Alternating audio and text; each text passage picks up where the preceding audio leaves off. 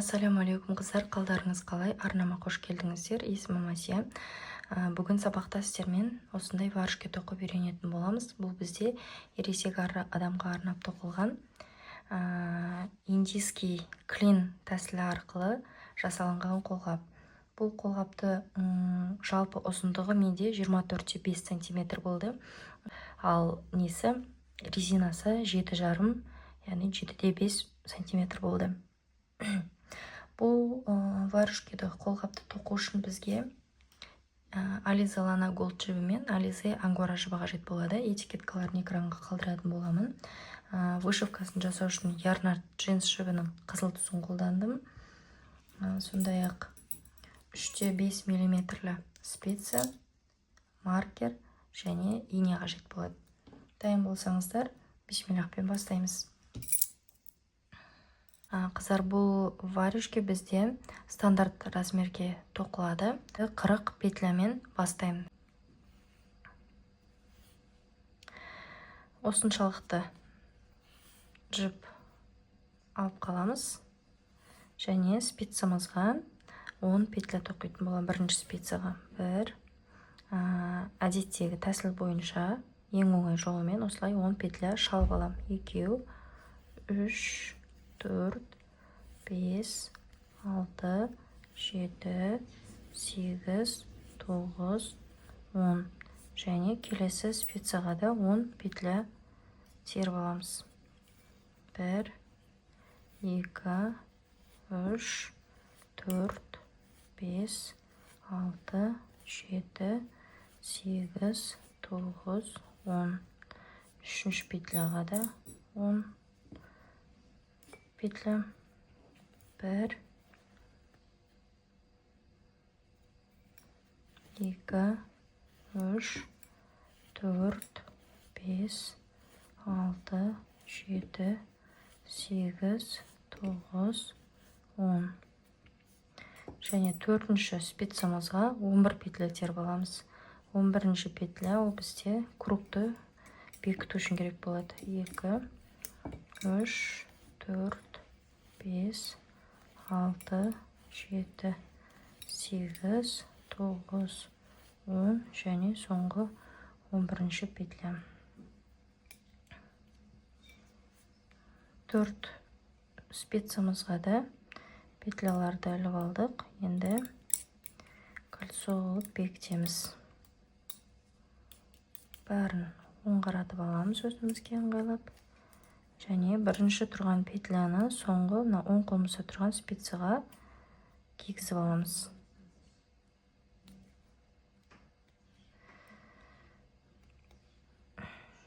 Осы екеуімен де бір петля, бірінші петляны және оң қолдағы спицаны осылай бірінші петлядан кигізіп өткізіп аламыз. Осылайна. Және қайтадан петляны бірінші спицаға әкелеміз.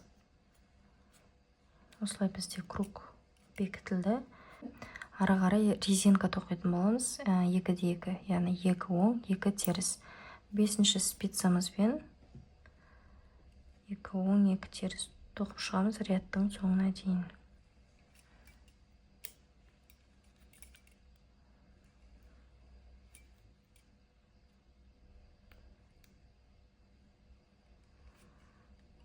Бір,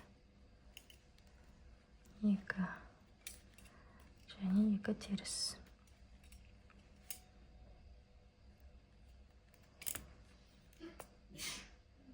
Екі оң, 2 теріс. 2 оң,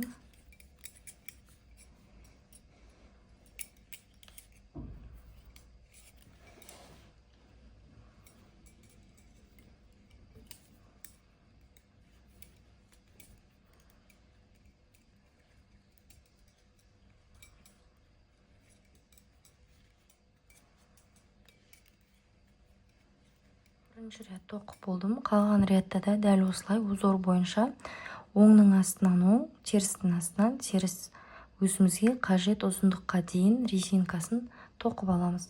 Мен 7,5 сантиметр болғанға дейін тоқимын. Қыздар, мінекей мен қолғабымыздың резинкасын толықтай тоқып болдым.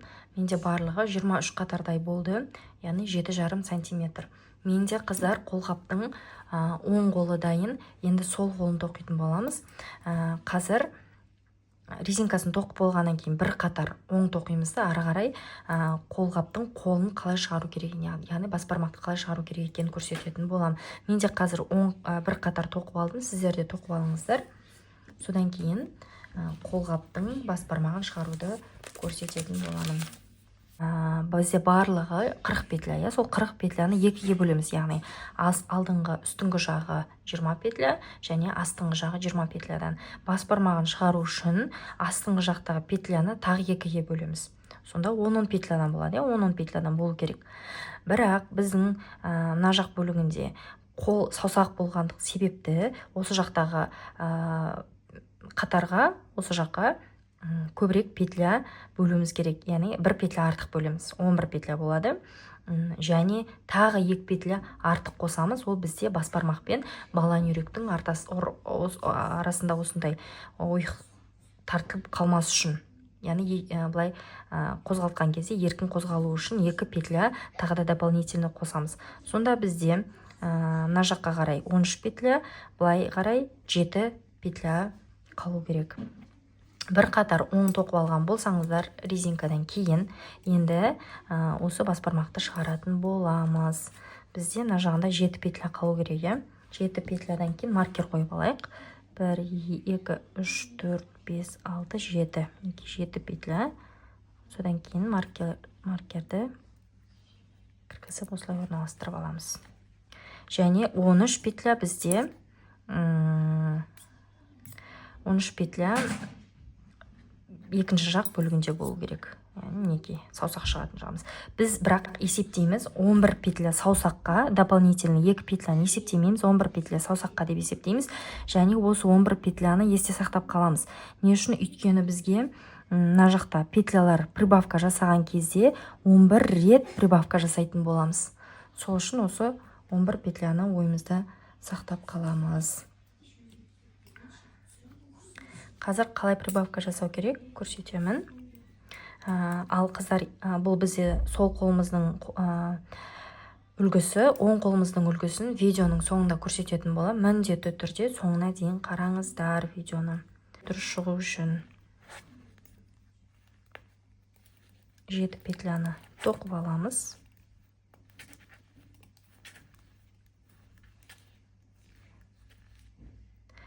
Енді маркерге келіп тұр, осы жерден бір петля қосамыз. Мен қалай қосам бір петляны? Осылай саусағымды айналдырып, осылайынан бір петля қосатын боламын.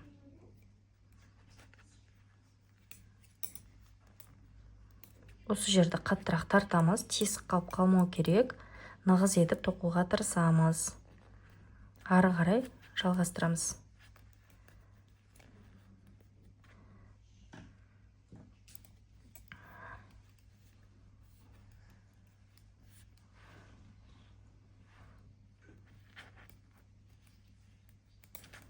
Рядтың соңына дейін енді өзгеріссіз тоқып шығамыз. Бізде бір қатар прибавка, бір қатар тек узор бойынша оң тоқып шығамыз. Ешқандай прибавка жасамай. Яғни через ряд бізде прибавка болады. Рядтың соңын қайдан біліп отырамыз? Рядтың соңын ең алғаш жіпті теріп алған кезде осылай қалып қалады. Осы жерден біліп отырамыз.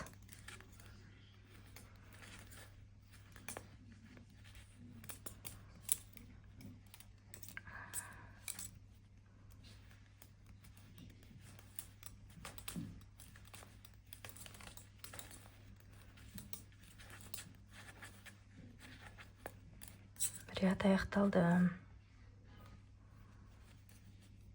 Келесі ряд бізде ешқандай прибавка болмайды. Яғни әр петляға бір-бірден ғана тоқып шығамыз, ешқандай прибавка жасамай. Мына біздің прибавка жасаған жеріміз. Біз оны астыңғы жағынан осылай іліп алып тоқимыз. Маркерімізді қоямыз.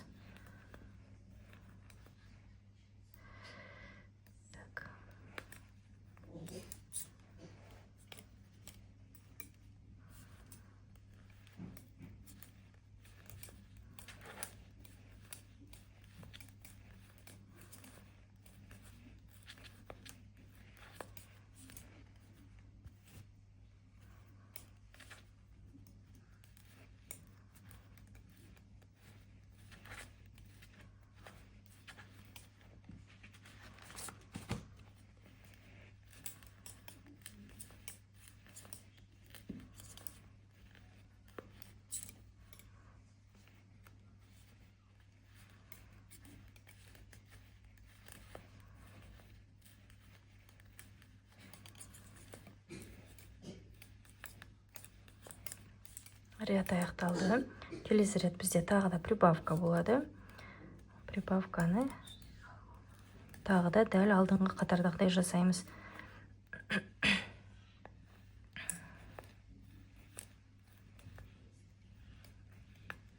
Маркерге келдік, тағы да прибавка. Дәл жаңағылай.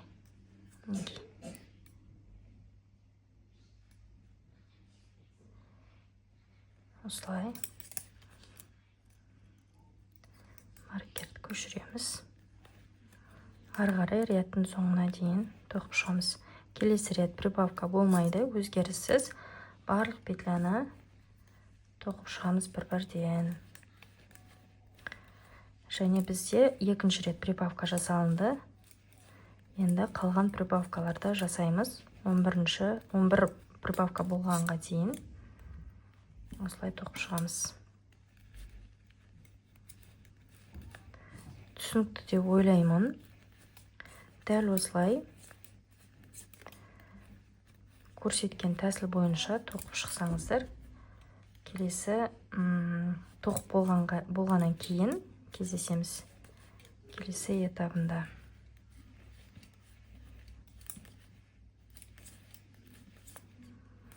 11 рет прибавка жасадым. Соңғы қатарда 11-ші прибавкадан кейін тағы да бір қатар өзгеріссіз тоқып шықтым, сол зор бойынша. Егер қанша рет прибавка жасағаныңызды шатасып ұмытқан болсаңыз, былай есептесеңіз болады. Маркерге дейін бізде барлығы 18 петля болу керек. 2, 2, 4, 6, 8, 10, 12, 14, 16, 18 меке. Маркерге дейін 18 петля болған болса, онда дұрыс тоқтыңыздар деген сөз. Яғни біз бағана саусағын шығарардың алдында 7 петля қалдырғамыз. 2, 4, 6, 7 және 11 петля біз прибавка жасадық. Яғни міне мынадан бастап 1, 2, 3, 4, 5, 6, 7, 8, 9, 10, 11. 11 петля прибавка жасадық. Барлығы бізде 18 петля болып тұр. Енді саусағын қалай шығарамыз? Саусағын маркерге дейін тоқып аламыз. Бұл бізде жаңа ряд.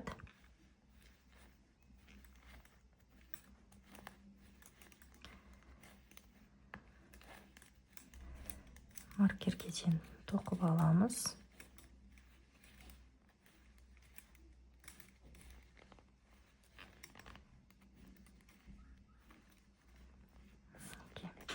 Енді маркерді алып, 3 петля маркерден кейінгі 3 петляны осылай инеге бөліп өткізіп аламыз. Саусағы бізде 11 петля болу керек. Қазір 3-еуін өткіздік. 4-ші, 5-ші, 6-шысы, 7-ші, 8, 9, 10, 11. Болды. Осы 11 петля бізде саусағына қалады. Алына 2 петля ол дополнительный бағанағы бас бармақ пен баланеректің, яғни сұқ саусақтың арасын тартып қалмас үшін жасалатын, қосылатын қосымша петлялар болатын. Оны саусаққа қоспаймыз, тек осылай жалғап кететін боламыз. Сол 2 петляны мына жерге тоқи берейік бөлек.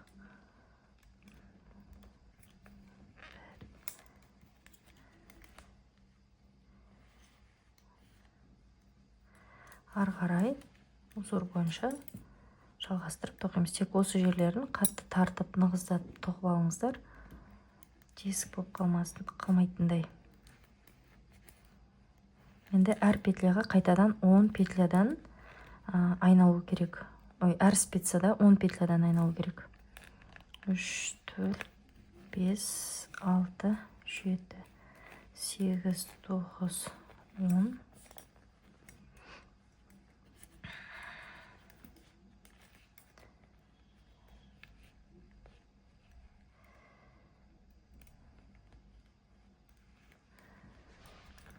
Bir, 2, 3, 4, 5, 6, 7, 8, 9, 10.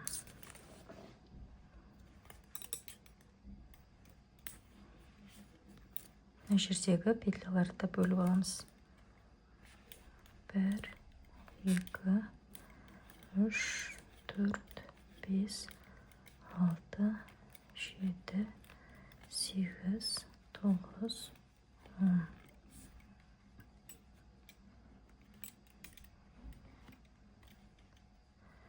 Мына жерде бізде 8 петля. Мынау 2 петляны қосып аламыз мына спицаға.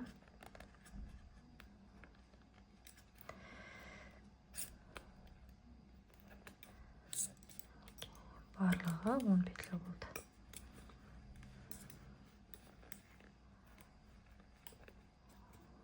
Bir, 2, 3, 4, 5, 6, 7, 8, 9, 10. Барлығы дұрыс болды. Бізде қайтадан 40 петля болды. Енді дәл осылай осы жерге дейін тоқитын боламын.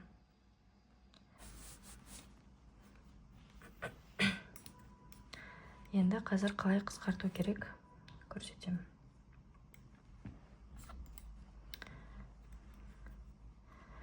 Екі петля тоқып аламын.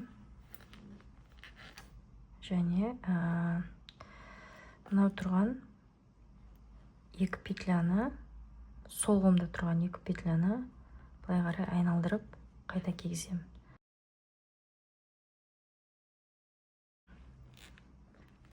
Осылай тұру керек. Ары қарай тоқимыз. Мына жақта да соңғы 4 петля қалғанға дейін тоқимыз.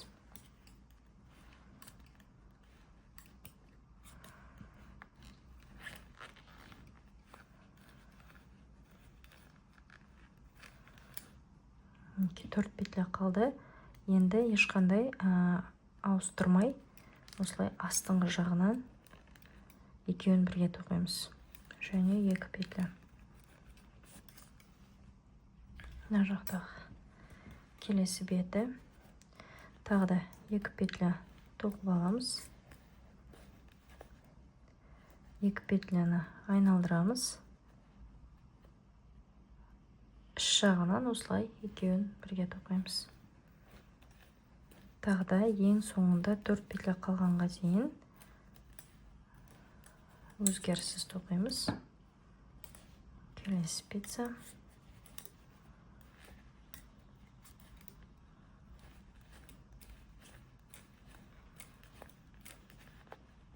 Төрт петля қалды. Астыңғы жағынан екеуін бірге.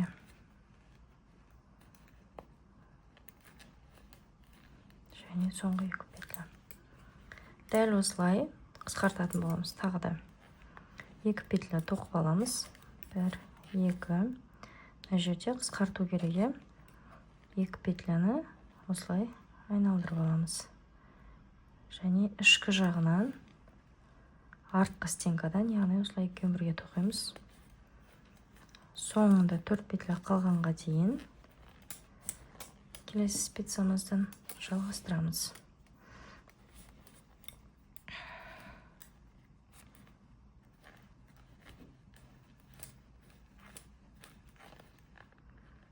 петля қалды.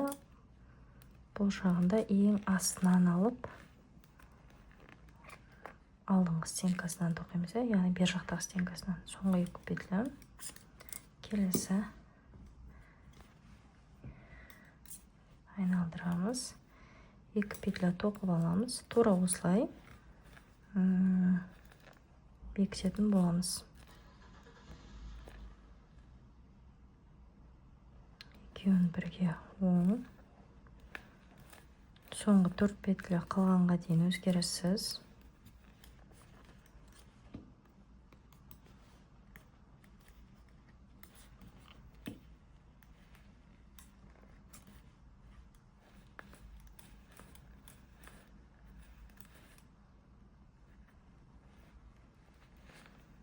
Екеуін бірге оң. Соңғы 2 петля. Осылай жалғастырамыз. Менде қыздар әр спицада 5 петлядан қалды. Енді осыны бекітеміз. 1 петля тоқып аламын және ортасындағы 3-еуін бірге тоқитын боламын.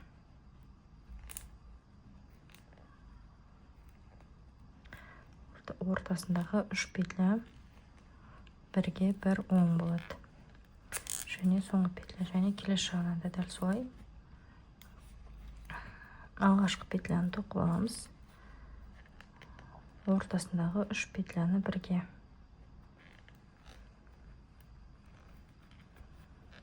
Және соңғы петля. Келесі айналдырамыз. Енді 3 петляны осы жерден инемен бекітеді екенбіз. Өткіздім. Енді 3-еуінен бірге осылай өткіземіз. Спицаны шығарам.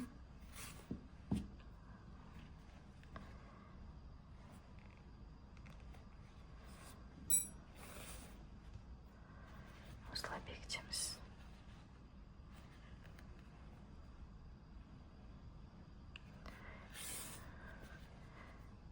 Осылай тағы бір қатар өткізіп алып, артық жібімізді ішіне кіргізіп жасырамыз.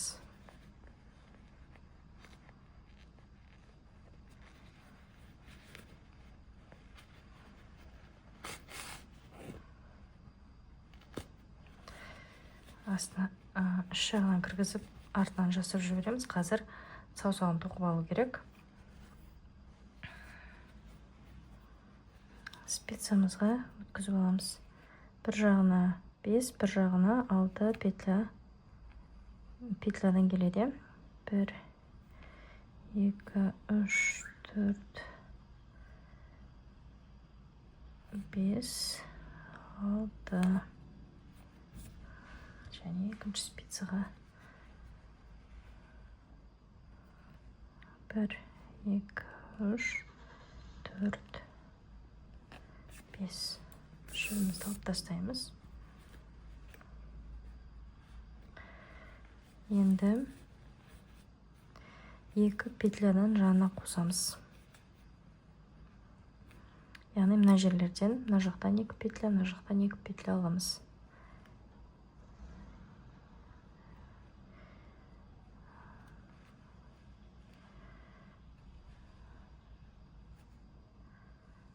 Жерден біреусін және тесік қалмайтындай өзіңізге удобный жерінен алсаңыз болады.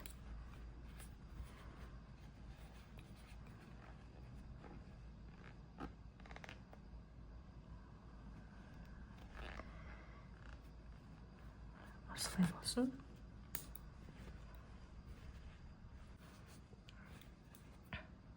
Мына жерде тесік қалмас үшін астың жағынан X болып тұратындай тоқимыз. Сол кезде тесік қалмайды. Мына жерде керісінше іш жағынан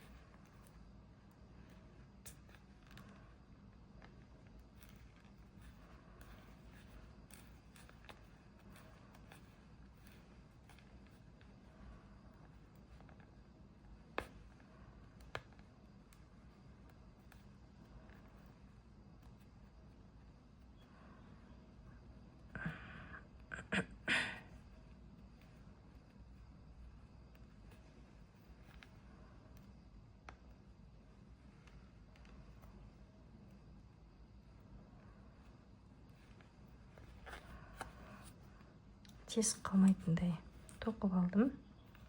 Ары қарай саусағымыздың ұзындығына дейін тоқып шығамыз. Саусағымызды толық жапқанға дейін тоқимыз. Содан кейін барып бірақ қысқартатын боламыз.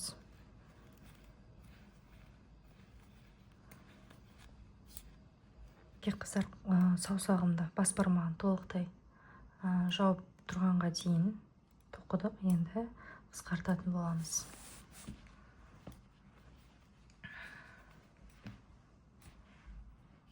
Екі қатармен қысқартамыз.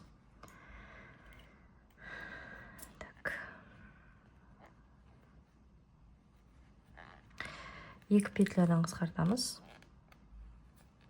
Осылай екеуін бірге барлық петляны осылай екіден қысқартып шығамын. Соңғы петля.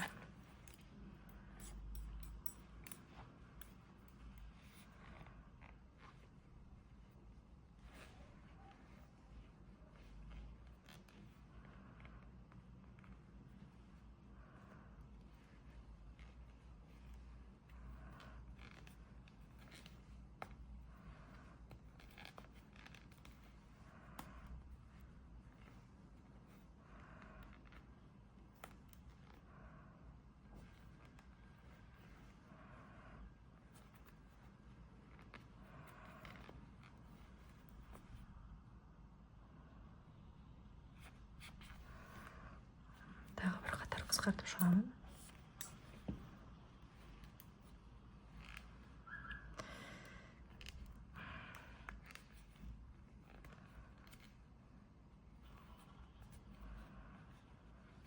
Жақта тағы бір петля қалды.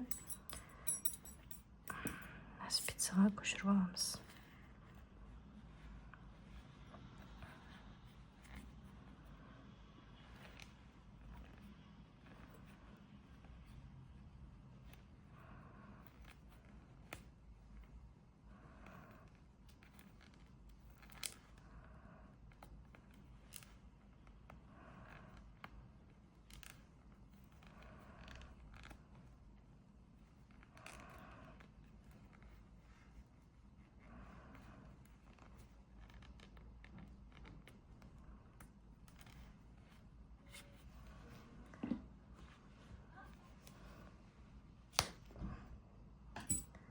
Тағы да дәл бас жағын қысқартқан сияқты инеге жіпті өткізіп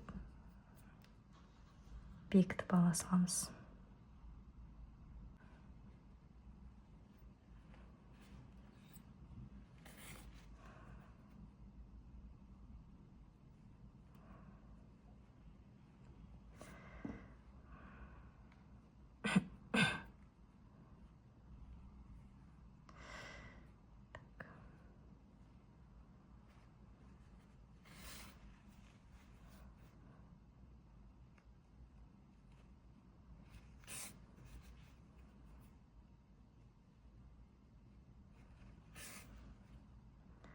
Осылай жібін ішіне кіргізіп, араларына өткізіп жасыратын боламыз. Артық жіптерін бәрін жасырып, сосын вышивкасын бірге тігеміз. Енді қыздар, вышивкасын қалай тоқу керек екенін көрсетейін.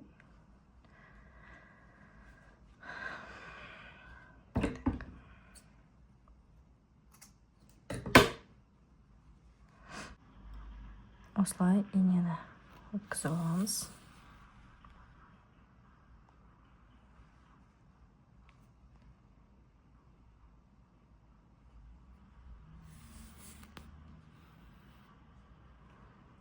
Дәл осы жерге тағы да. Енді ортасынан бір косичка қалдырып, келесі жағынан да дәл солай екі рет өткізіп вышивкамызды жасап аламыз.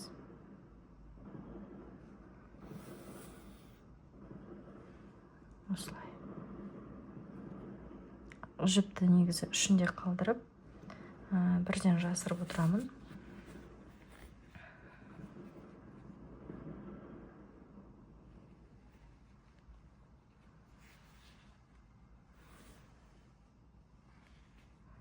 астынан қазір көрсете салайын.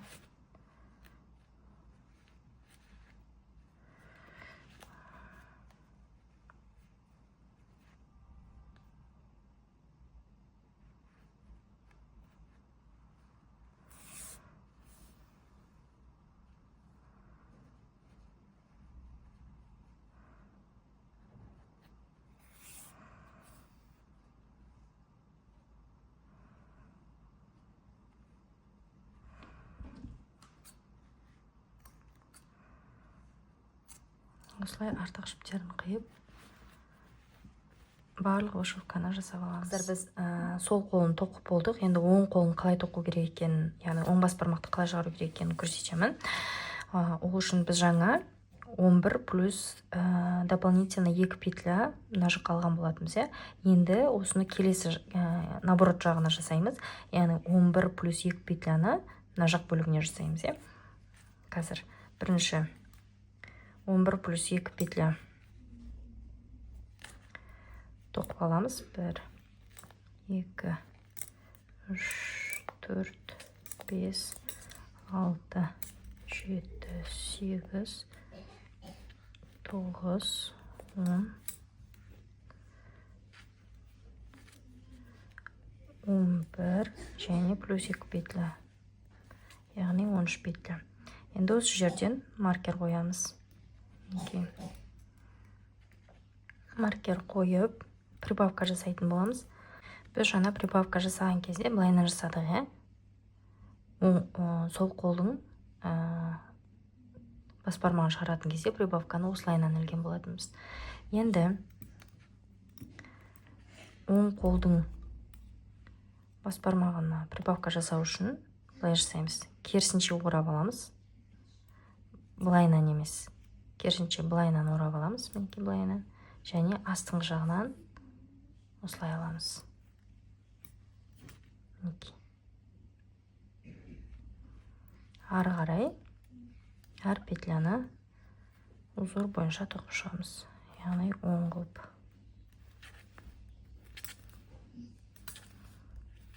Рядтың соңына дейін дәл осылай өзгеріссіз тоқимыз.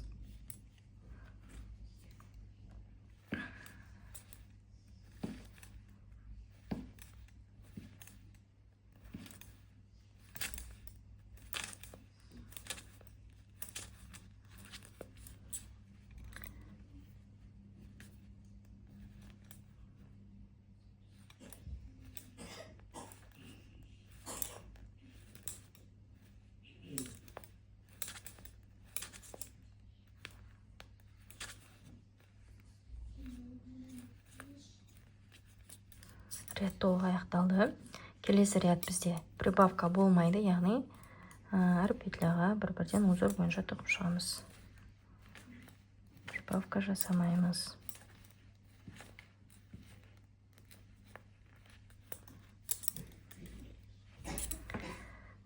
Бұл қолда прибавканы маркердан кейін жасайтын боламыз негізінде.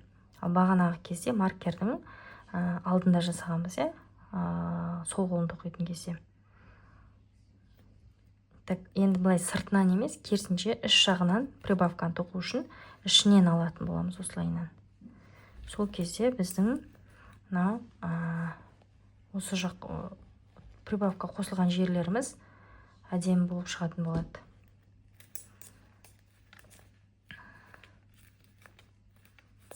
Рядтың соңына дейін бір қатар тоқып шығамыз.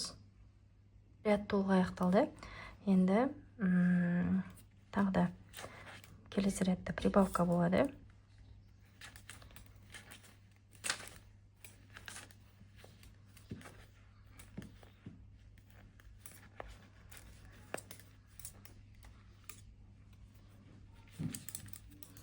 Прибавканы маркерден кейін жасаймыз. Осы жерге былай емес, мінекей былайынан.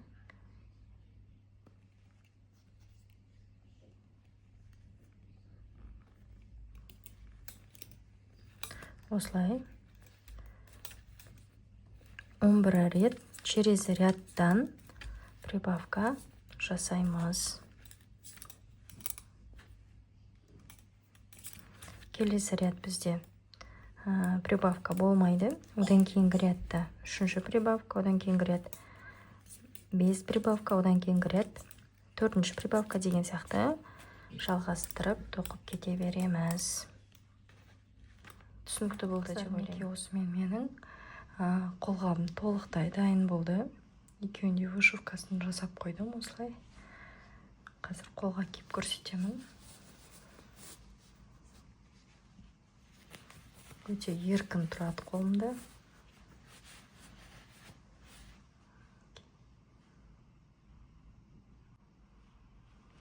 Сабақ ұнаса, міндетті түрде арнама тіркелмеген болсаңыз тіркеліп, қолдау білдіріп кетуді ұмытпаңыз. Келесі сабақта кездескенше, ассаламу алейкум.